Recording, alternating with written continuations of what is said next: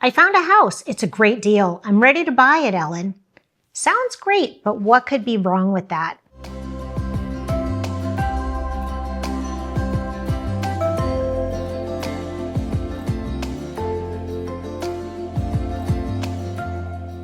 I'm Ellen Mitchell, your heels on the ground in the Miami-Fort Lauderdale area.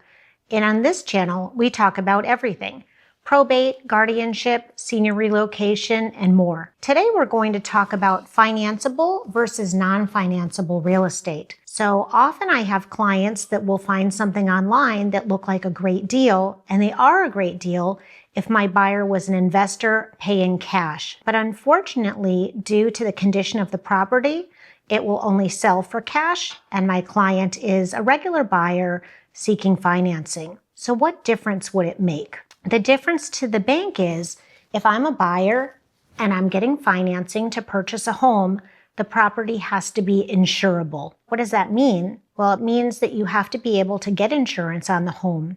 And there are several things that could prohibit you from getting that. It might be a great deal for the buyer, but if it has an active roof leak, they're never going to get a loan on that property because they won't be able to get insurance.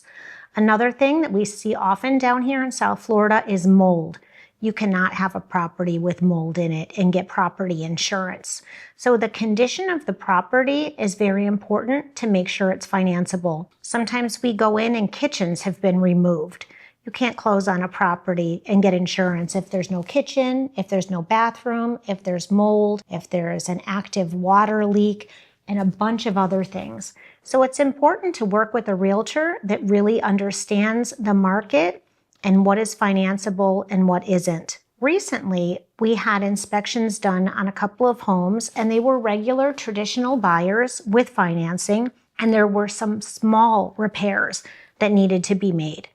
If we had not had those repairs made, the buyer would not have been able to get insurance and they would not have been able to close. The one that really surprised me was a beautiful single-family home in Plantation. It had water in the drip pan of the air conditioner, which seemed like such a little nothing thing, probably some condensation in the line. But the way that the inspector wrote it up, the pictures that they had, I got a call from the insurance agent letting me know that they would not be able to write insurance unless that was cleared with a photo and have the inspector update the inspection report. So we did. We arranged with the other agent and the home seller to have that repair done, had the inspector go back in, take a photo, and update the report, and our buyers closed a couple of weeks ago. So when you're working with someone, it's important that they can see around the corners. Problems can come up that you never anticipate, and it's having the experience to having dealt with these things again and again that it didn't wind up with our buyer losing the home of their dreams because of such a small thing.